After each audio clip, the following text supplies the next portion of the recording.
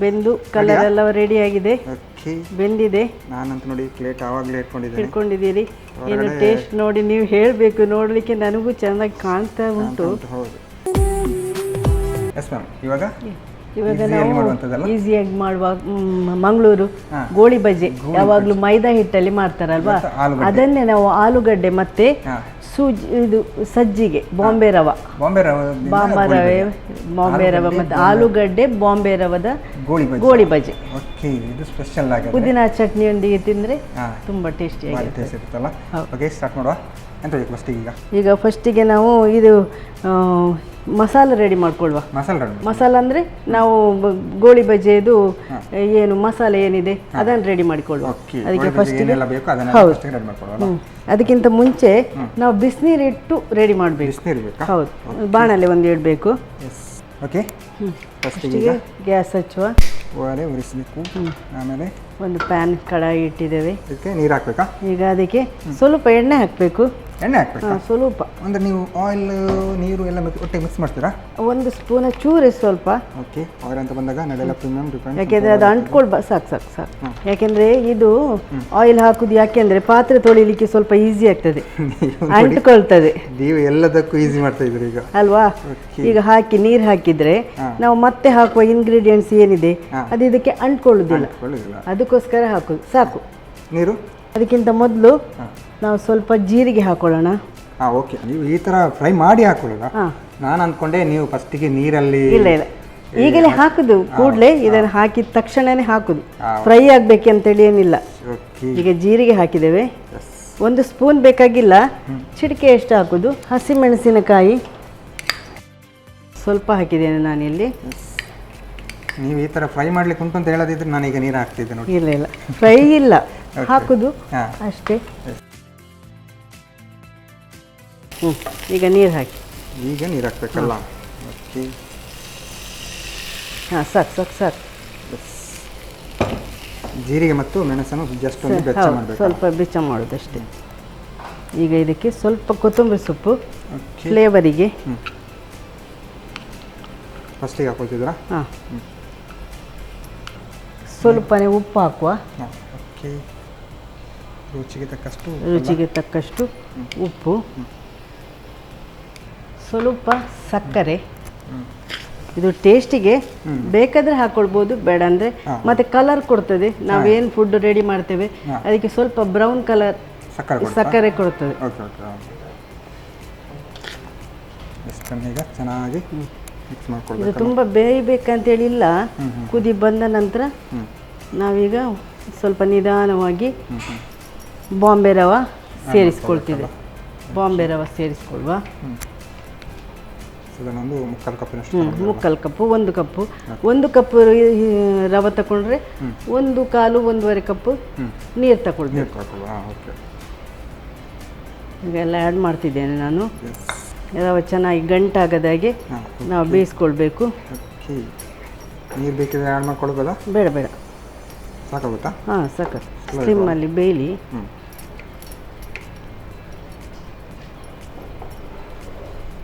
ನಾವು ನಾರ್ಮಲ್ ಆಗಿ ಈ ಥರ ಮಾಡಿದರೆ ಇನ್ನು ಜಸ್ಟ್ ತೆಂಗಿನಕಾಯಿ ಹಾಕಿದರೆ ಉಪ್ಪಿಟ್ಟು ಥರ ಆಗ್ತದೆ. ಹೌದು. ತೆಂಗಿನಕಾಯಿ ಹಾಕಿದರೆ ಉಪ್ಪಿಟ್ಟು. ಇಲ್ಲಾಂದರೆ ಇದನ್ನೇ ಆಲೂಗಡ್ಡೆ, ಈರುಳ್ಳಿ, ಟೊಮೆಟೊ ಬೇರೆ ಏನಾದರೂ ಆ್ಯಡ್ ಮಾಡಿ ತಟ್ಟಿ ಮಾಡಿದರೆ ರೊಟ್ಟಿ ಆಗ್ತದಲ್ಲ. ಬ್ರೇಕ್ಫಾಸ್ಟಿಗೆ. ಈಗ ನೀವು ಬ್ಯಾಚುಲರ್ ಇರ್ಬೋದು ಅಲ್ವಾ, ನಿಮಗೆಲ್ಲ ಏನು ತಿಂಡಿ ಮಾಡೋದು ಅಂತ ಗೊತ್ತಿಲ್ಲ. ಉಪ್ಪಿಟ್ಟು ಮಿಕ್ಕಿರ್ತದಲ್ವಾ, ಉಪ್ಪಿಟ್ಟು ಮಿಕ್ಕಿದ್ದಕ್ಕೆ ನೀರುಳ್ಳಿ, ಪೊಟ್ಯಾಟೊ, ಕೊತ್ತಂಬರಿ ಸೊಪ್ಪು, ಕಾಯಿ ಮೆಣಸೆಲ್ಲ ಹಾಕಿ ಅದೆಲ್ಲ ಇರ್ತದೆ, ಅದನ್ನು ಹಾಕಿ ತಟ್ಟಿ ನೀವು ಪುದೀನ ಚಟ್ನಿ ಹೇಗೂ ಗೊತ್ತಲ್ವಾ, ಪುದೀನಕ್ಕೆ 2 ಕಾಯಿ ಮೆಣಸು ಹಾಕಿ ಒಂಚೂರು ಶುಂಠಿ ಬೆಳ್ಳುಳ್ಳಿ ಹಾಕಿದರೆ ಒಂದು ಪುದೀನ ಚಟ್ನಿ ಆಗ್ತದೆ ನೋಡಿ. ಈಗ ಆಯ್ತಲ್ವಾ? ಇದನ್ನು ಇಳಿಸುವ. ಅಲ್ಲ, ಎಣ್ಣೆ ಇಡುವ ಬಿಸಿಗೆ. ಇದು ತಣ್ಣಗಾಗುವ ತನಕ ಸ್ವಲ್ಪ ಎಣ್ಣೆ ಬಿಸಿ ಆಗ್ತಾ ಇರ್ತದೆ. ನಾವೀಗ ಇದನ್ನು ಮ್ಯಾಶ್ ಮಾಡಿ ಹಾಕೊಳ್ಬೇಕು. ಆಯಿಲ್ ಹಾಕಲಾ? ಆಯಿಲ್ ಹಾಕಿ. ಆಯಿಲ್ ಅಂತ ಬಂದಾಗ ನಡೆಲ್ಲ ಪ್ರೀಮಿಯಂ ರಿಫೈನ್ಡ್ ಸನ್ಫ್ಲವರ್ ಆಯಿಲ್ ಹಾಕ್ತಿದ್ದೀವಿ. ಈಗ ನಾನು ಪೊಟೇಟೊನು ಮ್ಯಾಶ್ ಮಾಡಿ ಹಾಕೊಳ್ತಿದ್ದೇನೆ. ಆಲ್ರೆಡಿ ಬೇಯಿಸಿ ತಂದಿದ್ದೇನೆ ನಾನು. ನೀವು ಬೇಯಿಸುವಾಗ ಉಪ್ಪೆಲ್ಲ ಹಾಕಿದ್ರಾ? ಅದಕ್ಕೆ ಸ್ವಲ್ಪ ಹಾಕಿದ್ದೇನೆ. ಅಂದರೆ ಅದದ್ದು ಕೆಲವೊಂದು ಕಡೆ ಹಿಡ್ಕೊಳ್ಳಿಲ್ಲ ಅಂದರೆ ಸಪ್ಪೆ ಬರ್ತಲ್ಲ, ಅದಕ್ಕೆ ಒಂಚೂರು ಉಪ್ಪು ಹಾಕಿದ್ರಾ? ಈಗ ಇದು ತಣ್ಣಗಾದ ನಂತರ ನಾವು ಅಂದರೆ ಇದರಲ್ಲೇ ಕಲಸಿಕೊಳ್ಳಿಕ್ಕೆ ಬಿಸಿ ಇದೆ ಅಲ್ವಾ, ಅದಕ್ಕೆ ಇನ್ನೊಂದು ಬೌಲಿಗೆ ಟ್ರಾನ್ಸ್ಫರ್ ಮಾಡಿ ಎಲ್ಲ ಮಿಕ್ಸ್ ಮಾಡಿ ಮತ್ತೆ ಎಣ್ಣೆಗೆ ಹಾಕುವ ಅಲ್ವಾ. ಬೌಲಿಗೆ ಹಾಕ್ತಾ ಇದ್ದೇನೆ.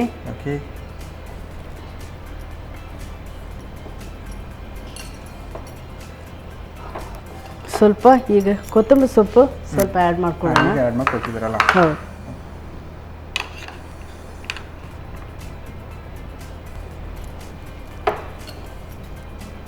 ಆಯಿಲ್ ಕೂಡ ಬಿಸಿ ಆಗ್ತಾ ಉಂಟಾ?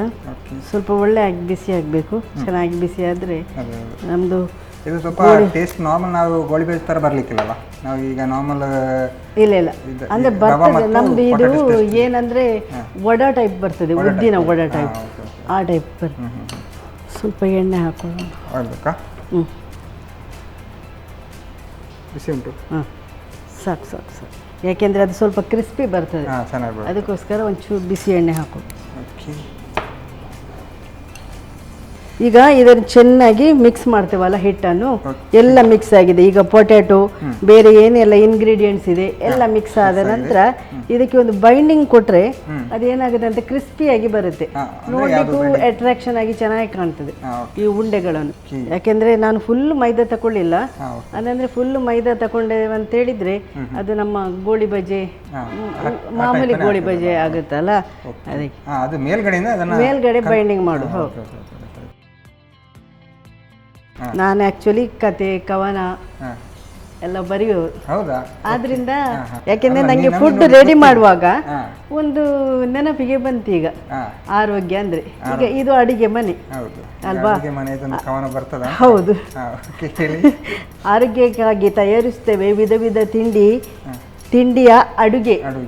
ಅದಕ್ಕಾಗಿ ನಾವು ತಿಂದ ನಂತರ ನಡೆಯಬೇಕು 4 ಹೆಜ್ಜೆ ನಡಿಗೆ ಅಲ್ವಾ? ಇದಂದ್ರೆ ನಮ್ಗೆ ತಕ್ಷಣ ಈಗಕ್ಕೆ ಬಂದದ್ದು ಒಂದು ತಲೆಗೆ, ಅದು ಪ್ರಾಸ ಅಷ್ಟೊಂದು ಚೆನ್ನಾಗಿದೆಯಾ ಇಲ್ವಾ ಅಂತ ಗೊತ್ತಿಲ್ಲ. ಯಾಕೆಂದ್ರೆ ನಾವು ಅದು ತಿಂದ ತಕ್ಷಣ ಕೂತ್ಕೊಳ್ಬಾರ್ದು, 10 ಹೆಜ್ಜೆ ನಡಿಬೇಕಂತೆ. ನಮ್ಗೇನಾಗುತ್ತೆ ಅಂತ ಹೇಳಿದ್ರೆ ತಿಂದ್ವಲ್ಲ, ಈಗ ನಾವು ಆರಾಮ, ನಮ್ದೆಲ್ಲ ಕೆಲಸ ಆಯ್ತು, ಕೂತ್ಕೊಳ್ಳೋಣ, ಮೊಬೈಲ್ ನೋಡಿ, ಯಾರ ಕಮೆಂಟ್ಸ್, ಯಾರ್ದಾದ್ರು ಮೆಸೇಜ್, ಆ ರೀತಿ ಹೋಗಿ ನೈಟ್ ಆಗಿರ್ಬೋದು ಬೆಳಿಗ್ಗೆ ಆಗಿರ್ಬೋದು ಏನಾದ್ರು ತಿಂದ ನಂತರ 10 ಹೆಜ್ಜೆ ನಡಿಬೇಕು ಅಂತ. ಅದಂದ್ರೆ ಇದು ಡಾಕ್ಟರ್ ಸಜೆಷನ್ ಅಲ್ಲದಿದ್ರು ಸಹ ನಮ್ಮ ಪೇರೆಂಟ್ಸ್ ನಾವು ಚಿಕ್ಕ ವಯಸ್ಸಲ್ಲಿ ನಮ್ಗೆ ಹೇಳಿರ್ತಾರೆ, ನಡೀರಿ ಸ್ವಲ್ಪ ಊಟ ಮಾಡಿ ಅಂದ್ರೆ. ಅವ್ರು ಏನ್ ಮಾಡ್ತಾರೆ, ಅವ್ರು ನಡೀತಾ ಇರ್ತಾರೆ, ಅವರಿಗೆ ಕೆಲಸ ಇರ್ತದೆ. ಅದಕ್ಕೆ ಕೆಲವರೆಲ್ಲ ಹೇಳ್ತಾರೆ ಬೆಳಿಗ್ಗೆ ನೈಟ್ ಎಲ್ಲ ಊಟ ಮಾಡುವಾಗ ಸ್ವಲ್ಪ ಲೇಟ್ ಆಗಿ ಊಟ ಮಾಡೋದಲ್ಲ, ಸ್ವಲ್ಪ ಬೇಗ ಊಟ ಮಾಡಿ. ಯಾಕೆಂದ್ರೆ ನಾವು ಅಲ್ಲಿ ಇಲ್ಲಿ ಹೆಂಗಸರಾದ್ರೆ ಪಾತ್ರೆ ತೊಳೆಯುವುದ, ಗುಡಿಸುವ, ಎಲ್ಲ ಕ್ಲೀನ್ ಮಾಡೋದು ನಡೀತಾ ಇರ್ತಾರೆ. ಆದ್ರೆ ಮಕ್ಕಳು ಗಂಡಸರು ಮನೆಯಲ್ಲಿ ತಿಂತಾರೆ, ಸುಮ್ಮನೆ ಕೂತ್ಕೊಳ್ತಾರೆ. ಹಾಗಾಗಿ ನಡಿಗೆ ಒಳ್ಳೇದು. ಅಡಿಗೆ ಜೊತೆಗೆ ನಡಿಗೆ. ಆಯಿಲ್ ಅಂತೂ ಚೆನ್ನಾಗಿ ಬಿಸಿಯಾಗಿದೆ ಅಲ್ವಾ? ಈಗ ನಾವು ಇದನ್ನು ಮಾಡಿದ ಉಂಡೆಗಳನ್ನು ಮಾಡಿದ್ದೇವೆ. ಅಂದರೆ ನಾವು ಈಗ ಆಲೂ ಬಾಲ್ಸ್ ಅಥವಾ ಗೋಳಿ ಬಜ್ಜಿ ಆಲೂ ಅದನ್ನು ನಾವು ಮೈದಾ ಹಿಟ್ಟಿನ ಬೈಂಡಿಂಗ್ ಮಾಡಿ ಎಣ್ಣೆಯಲ್ಲಿ ಹಾಕ್ತಾ ಇದ್ದೇವೆ ಒಂದೊಂದಾಗಿ. ಹಾಕಬೇಕಲ್ಲ ಈಗ? ಹೌದು.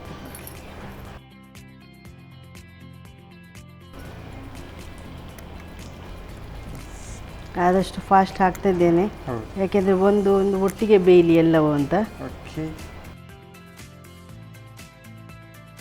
ಓಕೆ, ಈಗ ನಾವು ತಿರುಗಿಸುವ, ಯಾಕೆಂದರೆ ಹಾಗೆ ಬಿಟ್ಟರೆ ಅದು ಹೇಗೆ ಕಲರ್ ಬಂದಿದೆ ಏನಾಗಿದೆ ಅಂತ ನೋಡುವ. ಇದೊಂದು ಸ್ವಲ್ಪ ಟೈಮ್ ತಗೊಳ್ತದೆ ಬೇಯಲಿಕ್ಕೆ, ಒಂದು 5-10 ನಿಮಿಷ ಬೇಕಾಗ್ಬೋದು. ಈಗ ಒಂಥರ ಬ್ರೌನ್ ಕಲರ್ ಬರಬೇಕು.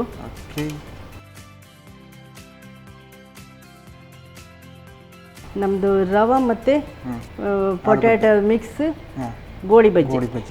ನಮ್ಮ ಲೋಕಲ್ ಲ್ಯಾಂಗ್ವೇಜಲ್ಲಿ ಹೇಳೋದಾದರೆ ರವದ ಜೊತೆಗೆ ಆಲೂಗಡ್ಡೆಯ ಗೋಳಿ ಬಜ್ಜಿ. ನೀವು ನೋಡಿ ಕವನೆಲ್ಲ ಬರಿತಾ ಇದ್ರಿಂದ ಪಕ್ಕದ ಗೊತ್ತಾಗ್ತದೆ. ಇಲ್ಲ ಅಂದರೆ ಉದ್ದ ಹೇಳಿ ಆ್ಯಕ್ಚುಲಿ ರವಾ ಆಲೂಗಡ್ಡೆ ಗೋಳಿ ಬಜ್ಜಿ ರವಾ ಆಲೂಗಡ್ಡೆ ಗೋಳಿ ಬಜ್ಜಿ ಲೋಕಲ್ ಲ್ಯಾಂಗ್ವೇಜಲ್ಲಿ ಎಲ್ಲರಿಗೂ ಅರ್ಥ ಆಗುವ ಹಾಗೆ. ಇಲ್ಲ ಅಂದರೆ ಸ್ವಲ್ಪ ಹೈಫೈ ಲ್ಯಾಂಗ್ವೇಜಲ್ಲಿ ಬೇಕಾದರೆ ಆಲೂ ಬಾಲ್ಸ್ ತೆಗೆಯುವಲ್ವಾ? ಇನ್ನು ಬೆಂದು ಕಲರ್ ಎಲ್ಲ ರೆಡಿ ಆಗಿದೆ, ಬೆಂದಿದೆ. ನಾನಂತ ನೋಡಿ ಪ್ಲೇಟ್ ಆವಾಗಲೇ ಇಟ್ಕೊಂಡಿದ್ದೀರಿ. ಇನ್ನು ಟೇಸ್ಟ್ ನೋಡಿ ನೀವು ಹೇಳಬೇಕು, ನೋಡಲಿಕ್ಕೆ ನನಗೂ ಚೆನ್ನಾಗಿ ಕಾಣ್ತಾ ಉಂಟು. ಒಂಚೂರು ಕ್ರಿಸ್ಪಿಯಾಗಿ ಬರ್ಬೋದಲ್ಲ ಇದು?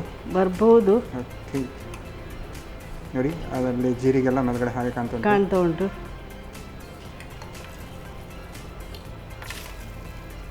ಇನ್ನು ಡೈರೆಕ್ಟ್ ಸರ್ವ್ ಮಾಡ್ಕೊಡೋಲ್ಲ? ಓಕೆ,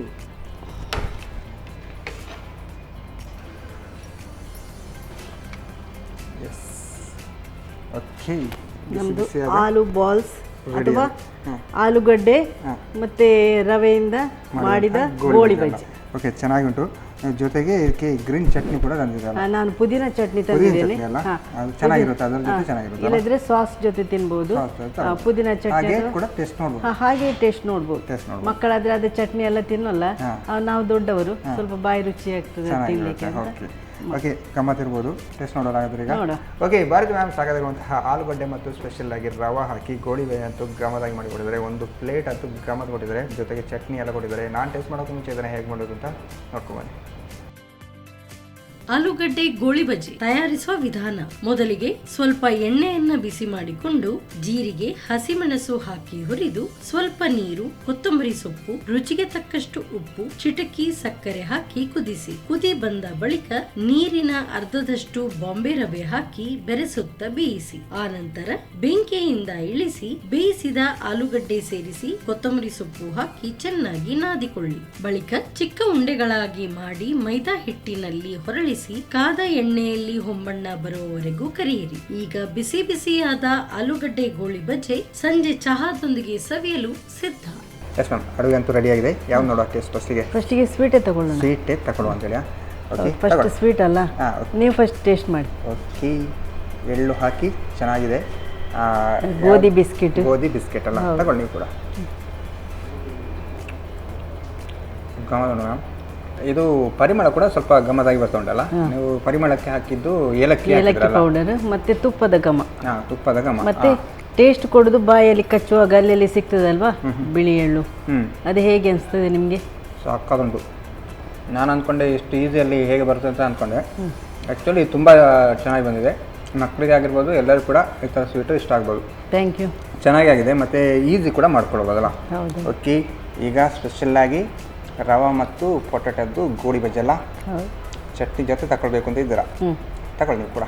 ಬಿಸಿ ಬಿಸಿ ಉಂಟು, ನೋಡ ನೀವು ತಿಂದು ಹೇಳಿ. ಸಾಕೊಂಡು ಮ್ಯಾಮ್, ಗೊತ್ತೇ ಆಗಲ್ಲ ರವಾದಲ್ಲಿ ಮಾಡಿದ ಅಂತ ಅಲ್ಲ. ಹೌದಾ? ತಗೊಳ್ಳಿ ನೀವು ಕೂಡ. ಚಟ್ನಿ ಜೊತೆ ಮ್ಯಾಚಿಂಗ್ ಉಂಟು. ನಾರ್ಮಲಾಗಿ ನಾವು ರವಾದಿಂದ ಸಜ್ಜಿಗೆ ಈ ಥರ ಎಲ್ಲ ಮಾಡ್ತೇವೆ. ಮಾಡಬೇಡಿ ಯಾವಾಗಲೂ ಉಪ್ಪಿಟ್ಟು ಮಾಡೋದು, ಇದನ್ನೇ ಮಾಡಿ ಗೋಳಿ ಬಜ್ಜಿ ಮಾಡಿಕೊಳ್ಳೋದಲ್ಲ. ಎಸ್ ಮ್ಯಾಮ್, ಚೆನ್ನಾಗಿದೆ, ಟೇಸ್ಟಿ ಆಗಿದೆ. ಹಾಗಾಗಿ ನಮಗೆ ಒಂದು ಕರೆಕ್ಟ್ ಬಂದು ಈ ಡಿಶ್ ಉಳ್ಕೊಳ್ಳೋದಕ್ಕೆ ನಿಮಗೆ, ನನಗೂ ಸಹ ಇಲ್ಲಿ ಒಂದು ಅವಕಾಶಕ್ಕಾಗಿ ಧನ್ಯವಾದಗಳು. ಓಕೆ, ನಿಮ್ಮನ್ನು ಹಾಗೆ ಬಿಡೋದಿಲ್ಲ. ಜೊತೆಗೆ ನಡೆಯಲ್ಲ ಪ್ರೀಮಿಯಂ ರಿಫೈನ್ಡ್ ಸನ್ಫ್ಲವರ್ ಆಯಿಲ್ ಅವ್ರ ಕಡೆಯಿಂದ ಒಂದು ಚಿಕ್ಕ ಗಿಫ್ಟ್. Thank you. ಹಾಗೆಯೇ ಸ್ಪೆಷಲ್ಲಾಗಿ ಸಂತೋಷ್ ರೈಸ್ ಮಿಲ್ಸ್ ಅವರ ಡಬಲ್ ಸ್ಟಾರ್ ಅವಲಕ್ಕಿ ಹಾಗೂ ಕುಶಲಕ್ಕಿ ಇವರ ಕಡೆಯಿಂದ ಒಂದು ಚಿಕ್ಕ ಗಿಫ್ಟ್. Thank you. ಹಾಗೆಯೇ ನಾನಾ ಮಸಾಲ ಅವ್ರ ಕಡೆಯಿಂದ ಕೂಡ ಒಂದು ಚಿಕ್ಕ ಗಿಫ್ಟ್. Okay, thank you.